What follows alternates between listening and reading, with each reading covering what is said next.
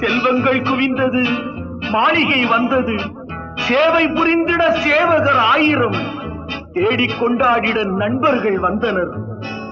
1000 இருந்தும் வசதிகள் இருந்தும்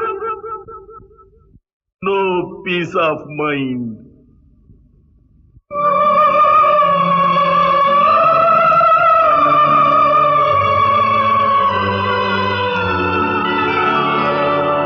தேவனே என்னை பாருங்கள், என் பாவங்கள் தம்மை வாங்கிக் கொள்ளுங்கள்.